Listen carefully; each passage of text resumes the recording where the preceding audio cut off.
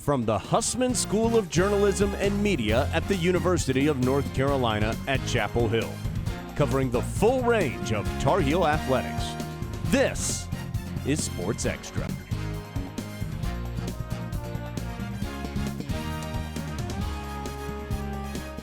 Who's going to be the next men's head basketball coach? That's the question on everyone's mind. Kate, I think everyone is confused. Prediction picks are changing left and right. We need answers ASAP.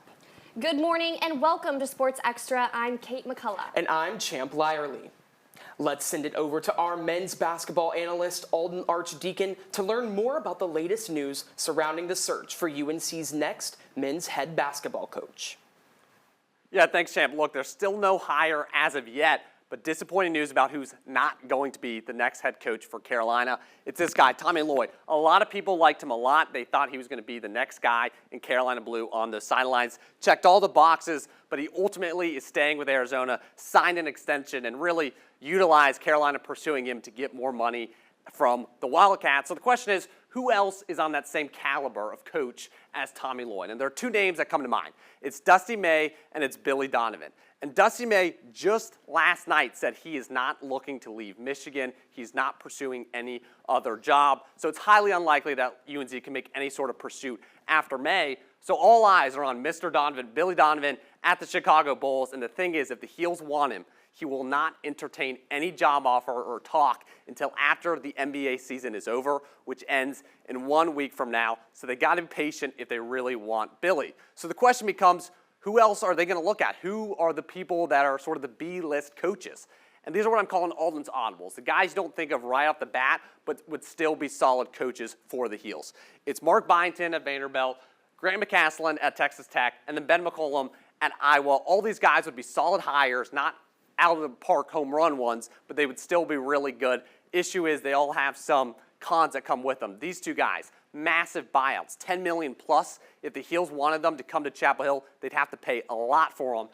And the Ben McCollum, I don't know if he's the right culture guy for UNC. He's kind of a fiery guy. And on top of that, he's coached D2 for most of his college career. But regardless, if UNC hires any of these three guys, Billy Donovan or somebody else that's not on this list, they got to get it right. This is the most influential and impactful hire they will make in Carolina history, and they got to make it quick because time's a ticking. Portal opens up tomorrow. Guys, back to you. Thanks, Alden. On Thursday, the 6th-ranked Diamond Heels hosted Boston College in Game 1 of their series. Ryan Lynch got the Heels going, allowing just 6 hits with 4 strikeouts. Matthew Mateus had one of the most efficient outings of his career, throwing only 3 total pitches to get a double play. Owen Hull was also able to steal third, then home off of an attempted bunt by Tyler Howe. But that was all the offense Carolina could muster, falling to Boston College 6-1. In Game 2, Jason DeCaro, Caden Glover, and Walker McDuffie shut the door on Boston College, holding the Eagles hitless until the 7th inning. Gavin Gallagher got things started with a solo home run, his 4th go-ahead homer of the season.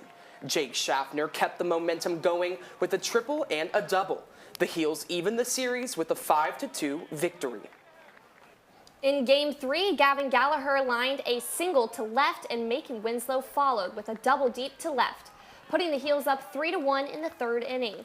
The Eagles took the lead, putting up a 6th spot in the 5th inning, but the Heels wouldn't go away. Tyler Howe drove in a run, bringing Winslow home, right after Jake Schaffner came home on a wild pitch. Owen Hull singled to cap it off, clinching the series with an 8-7 victory against the Eagles. The Tar Heels have been making noise on the diamond, and now it's time to break it all down. Let's send it to Grace for Nugent's Nuggets. Grace? The Tar Heels have some magic going at Boshemer Stadium, and they just defeated number 22 Boston College this weekend. So number 26 UNC is looking really good. And a lot of it comes off the back of these performances of their freshman superstars. But before I get too ahead of myself, gotta give some roses to Mr. Jackson Rose. He pitched absolutely dominant in the 14-inning marathon on Tuesday against the Fighting Campbell Camels. And then on Friday, Caden Glauber just supreme on the mound. 5.1 innings pitched, 97 total pitches. Highest he's ever gone. He had 96 miles per hour at pitch number 94. As a freshman, as a guy who should still be a senior in high school, that is absolutely awesome. But one of the reasons that they won, they dropped game 1, and then game 3 was really come from behind, was the guys that are right behind these pitchers. The defense. They turned a record-breaking 7 double plays. That's the most since at least 2006 and probably goes back even further, but I don't have the big stacked record book. And then it really came down to the man of the weekend, Walker McDuffie. The sophomore went back to back to back for the first time in his career. He had 2 saves, his fastball, slider, changeup, they were all on, they were dynamite. 3 appearances, only 1 run, and 5 strikeouts. One of the greatest things about Walker, though, is not just his arsenal, it's what's going on up here. He's so analytical when he pitches. He keeps track of what has worked, what hasn't worked, and then can use it in-game to really attack batters. So let's watch it play out. I gotta set you up for this one a little bit. First, you see the score. It's top of the 9th. This is their leadoff batter, Julio Solier for Boston College. If he gets on, this is the tying run. It's a 2-2 count. Now, what Julio did is with 2 strikes, he made a box adjustment on Walker. That means that he changed something a little bit in where his feet are and then his stance to try to square Walker up better. He'd already seen a changeup right here, middle. He swung on it, didn't like it. He fouled off a slider, and because he box adjusted, he's going for the slider. Now, Walker had seen this before in the Thursday game, and it didn't play out well. He had a BC batter who box adjusted on him, also with 2 strikes, and was able to line it for a single. So he knew that wasn't going to work. He knew the slider was out, and he knew the changeup was out. So it all comes down to, can he get his fastball past Julio? That's exactly what he does. 94-mile-per-hour filth. He was able to get out of the inning, secure UNC both the win and the series victory. They're going to need the momentum as they host Charlotte on Tuesday, and then they head down to Clemson this weekend. Back to y'all. Thanks, Grace. And UNC softball took on NC State in the first game of a series on Thursday night in Raleigh. UNC got on the scoreboard first with a run from senior outfielder Lexi Roberts. The Heels turned up the heat in the third, scoring 6 runs to the Wolfpack's 3, with a big play from Michelle Tarpe, bringing 2 runners home. The 4th inning brought a homer from junior infielder Emily Leggett. State made a run for the lead in the 6th inning, racking up 3 runs, but Carolina stayed ahead and eventually won 9-6. UNC picked up right where they left off in Game 2, posting 2 runs in the first inning. NC State transfer Michelle Tarpe blasted a 3-run homer to extend the Heels' lead to 5. Raina Blackwell and Lindsay Lumden went back-to-back with homers in the 4th, widening the gap. The Heels clinched the series with an 11-3 win. In Game 3, Carolina gained momentum in the 5th inning. With a homer from senior MC Eaton, the Heels finished the ballgame with another homer in the 7th inning from graduate student Michelle Tarpe. The final score was 4-2 UNC for the series sweep. Champ, the softball team has been so fun to watch this season, especially Emily Leggett with 62 RBIs just this season. I agree, Kate, but I think they're all stars. It's been so awesome to just keep seeing them all grow as they keep playing each game each week. Exactly. They're definitely on the right track. And other players who are on the right track is UNC football. They are going into their spring season. The women on the diamond for softball have massive bragging rights, and the men on the field, aka the football team, is hoping to head that way this fall. The team has been in spring training for the past 2 weeks, and after Carolina's first-year struggles, Coach Belichick hopes to return this team around by the time August rolls around. With 52 combined recruits and transfers, the Heels are looking to improve with a ton of experience, including an elite group of veterans, receiver Jordan Shipp, and defensive nightmare Melkar Abijade. Football kicks the season off in Dublin against TCU on August 29th. From Chapel Hill to Dublin, Carolina football is going global. Sophie Van Arnhem tells us one Irish football star is giving Tar Heel fans a glimpse of the atmosphere and the culture. I'm from Dublin, Ireland. I'm a Gaelic footballer, and I'm here to promote Aer Lingus football capacity. Karen Kilcanny spent the day with UNC football program to explore the campus and experience the culture that makes Carolina football feel like more than just a team. I'm from an area called Castleknock, that's my local club. I play for them, but I also play for my county, Dublin. There's 32 counties in Dublin. In Gaelic football, identity is tied to home. Players represent themselves, but also the communities that raise them. And it's all about giving, and if anything happens in your life, your club are always there, your friends are always there. It's like one big family. Aside from just the excitement of the game, Kilcanny is looking forward to the combination of the two cultures. American football brings in terms of the band, the cheerleaders, the razzmatazz of the whole occasion, and then Dublin, Irish hospitality, pubs, restaurants, music, our own culture, and connecting those things together, I just think it'll be an amazing experience for everyone. And UNC is set to face off against TCU on August 29th. While the game might be across the Atlantic, there is no doubt who the Dublin fans will be cheering for. Our chant is "Come on, you boys in blue," so I think everyone will be shouting that for Carolina Blue now. Sports creates a family, and that's what the game in Ireland of TCU versus UNC is all about. It's much more than just a sport. It's about creating family, tradition, all together into one great game for the love of the sport. I'm Sophie Van Arnhem reporting. And as football is gearing up for the fall season, Kate, you have a special guest for us this morning from another team who just finished theirs. The women's club volleyball team, the blue team, won the NCVF Indoor National Championship this weekend, taking home this trophy. I'm joined with Mia Bertoloni, the vice president of the club. Mia, I gotta ask, what did the preparation look like going into this tournament? Yeah, so I think there were a lot of different kinds of preparation. For example, of course, you have the actual playing part where at practices you run drills, do skill work, and scrimmage each team. But then, of course, you have to focus on team bonding and the general cohesion of all of the girls on the court and how we interact and how we all connect with one another on and off the court. I think both of those things are very important to have for a team. Yeah. Well, I'll hand you this because this is rightfully yours. And Mia, I have to ask, how did it feel to represent North Carolina on the national level? It was amazing. I think this is such an amazing school, such a great community, and getting the chance to play with an amazing group of girls, so dedicated, each so talented. I think it was just a great opportunity, and it was so rewarding to watch the team throughout the season grow and just be able to really get to know these girls on a deep personal level. So I think it was overall, throughout the entire season, a great experience leading up to an amazing win, and I really wouldn't want to win with anybody else. They're so special to me, and this whole program is so special to me, and it's really made my time at Carolina worth it. Well, we are so impressed. Thank you so much for coming into the studio with us today. Thank you so much, Kate. Thank you. North Carolina, Miami Friday in a big ACC road match in Coral Gables. After losing the doubles point, UNC went on a 3-match win streak in singles play with 4 total victories to secure the conference win 4-3. The Heels are now 12-9 overall with a 5-6 record in ACC play. Sunday's opponent was FSU. The Tar Heels rallied from a 3-1 deficit to defeat Florida State 4-3. The comeback win marked head coach Sam Paul's 600th career victory. The number 5 women's tennis team opened the weekend against number 20 Clemson Friday evening at the Tuning Tennis Center. Tatum Evans won her match in dominant fashion with a 6-0 second set win.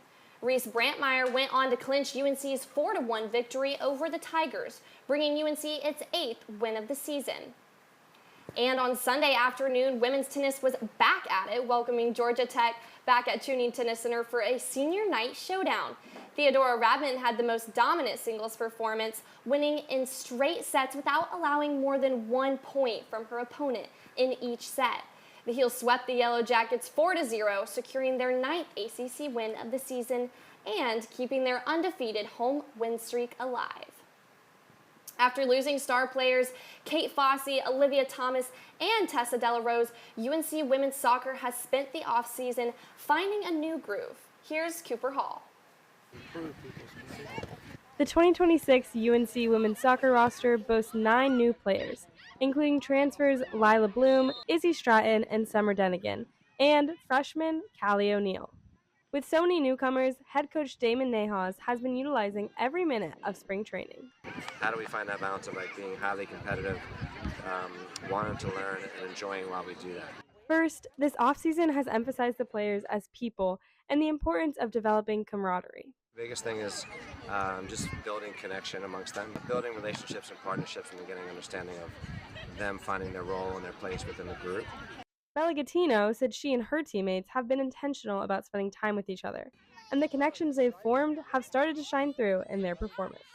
We're at practice 15-30 minutes before, just kicking a ball around, doing fun stuff like that.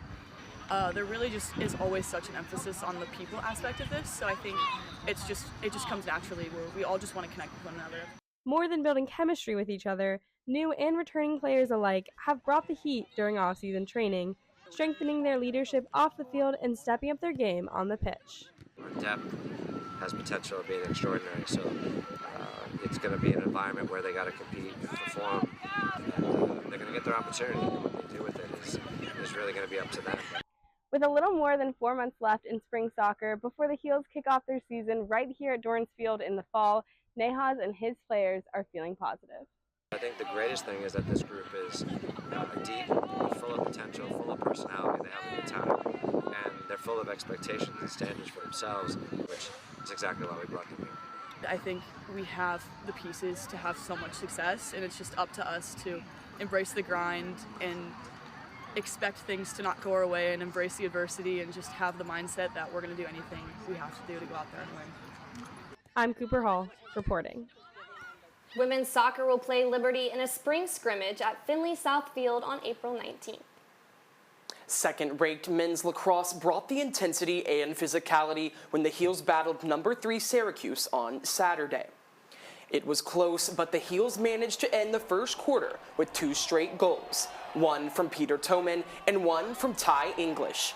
After leading 8-5 at halftime, Carolina outscored the Orange in the third quarter with 4-2 with 2 goals from Dominic Petramala and a goal each from Mason Shefchik and Parker Hoffman. Petramala led the Heels in scoring, finishing with 5 goals, including this absolute rocket. Goalkeeper Josh Marcus recorded an astounding 15 saves, a career best for the freshman who led the Heels to a 14-9 victory against the Orange. Friday afternoon, second-ranked women's lacrosse traveled to Charlottesville to battle the 22nd-ranked Virginia Cavaliers.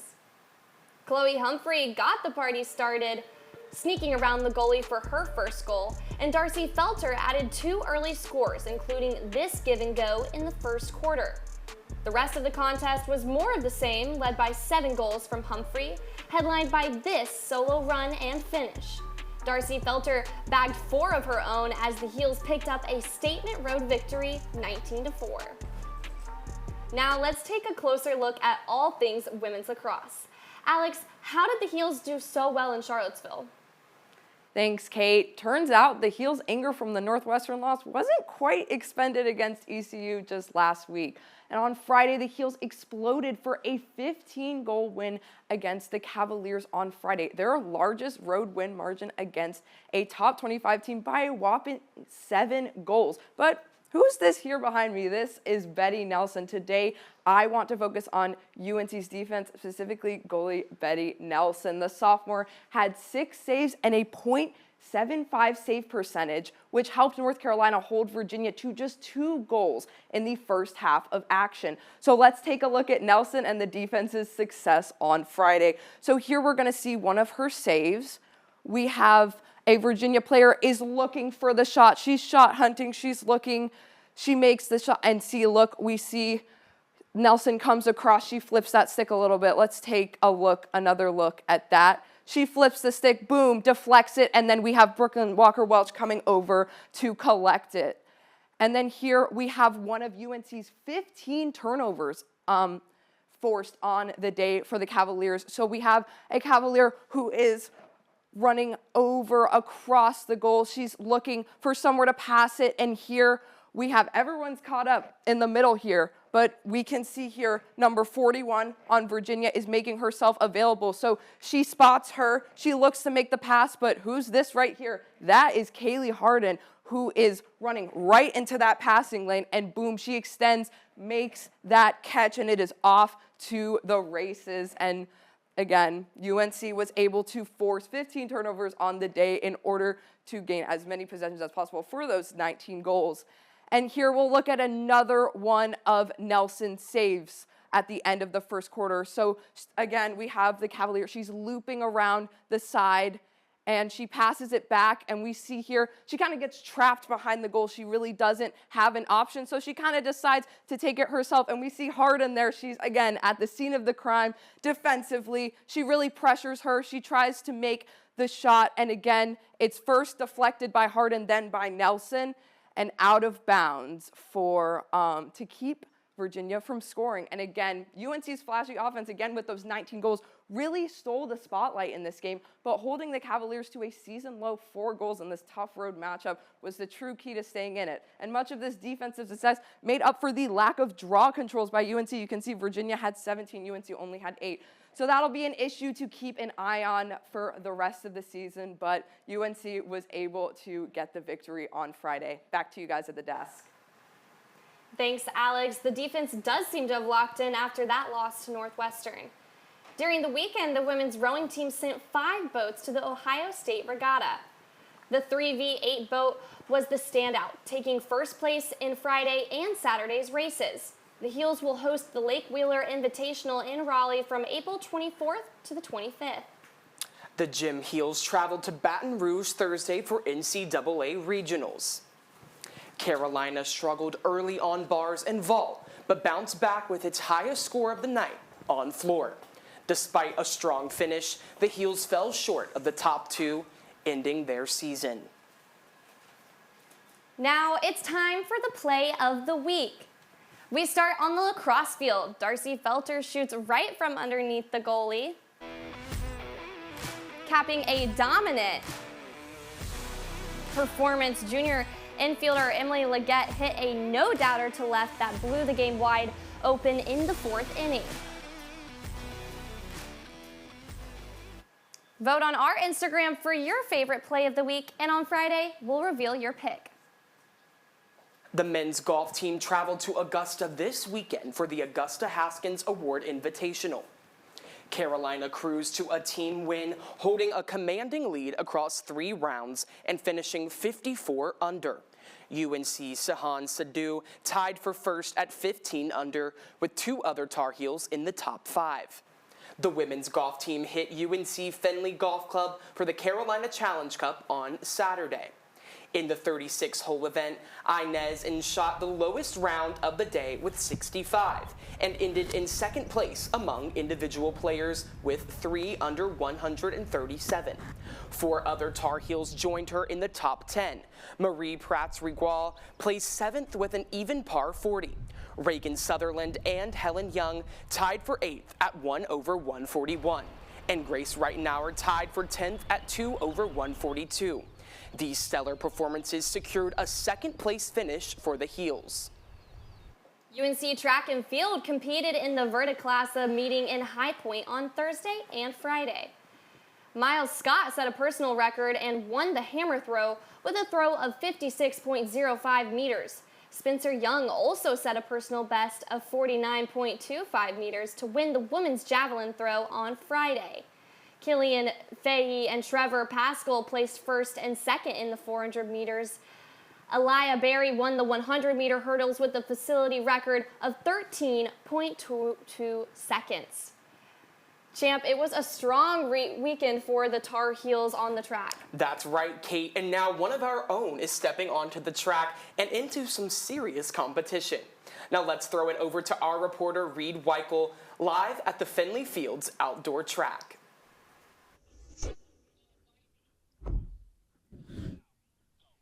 Carolina is full of D1 athletes, but how good are they really? Today, we're going to find out. Behind me here at Finley Fields, we have Nick Steed, track star who normally runs the 400. Today, he's got 100 meters between him and the finish line. Also on the track is Sports Extra's very own Lindley Johnson, a few years removed from her own high school track experience, but she's got a 30-meter head start today to try and take down Nick. Let's see how it goes. And I put the mark up, and they're away. And here they come. Nick gaining, but Lindley's got less and less room. Is he going to make it? And Lindley crosses the finish line first. I think what we've learned today is the scholarships need to start getting allocated differently. Oh, I'm just kidding. We've got a 30-meter head start for Lindley. Great job, Lindley. Great job, Nick. Back to you at the desk. Well, Kate, I think they're lucky we weren't out there because we totally would have smoked them. Yes. Game day at Carolina is already special, but for some students, it's becoming unforgettable. Holly Ann Gaskin gives us a look at how a UNC athletics initiative is creating inclusive experiences for those with special needs, one game at a time. Live in the G House, home to a student organization called G-Day.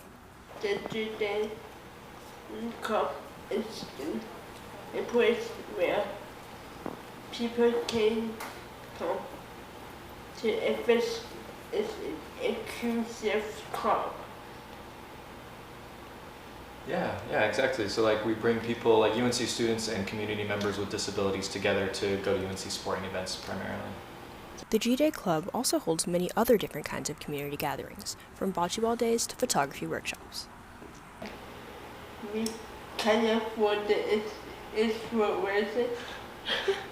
Yeah, we were the inspiration. I think we kind of created it. We've probably done 7 major events and like a bunch of like we said, the workshops or little community gatherings, dinners here where anyone's welcome to come.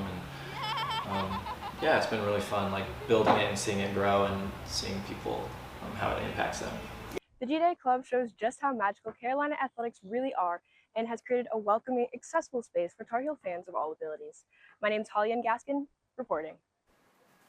For these kids and their families, a day at the game is about more than just sports. It's about feeling included, celebrated, and part of the Carolina community. What an awesome story, Kate. And that does it for this edition of Sports Extra. We'll be back on Friday with a preview of another exciting weekend of Carolina athletics.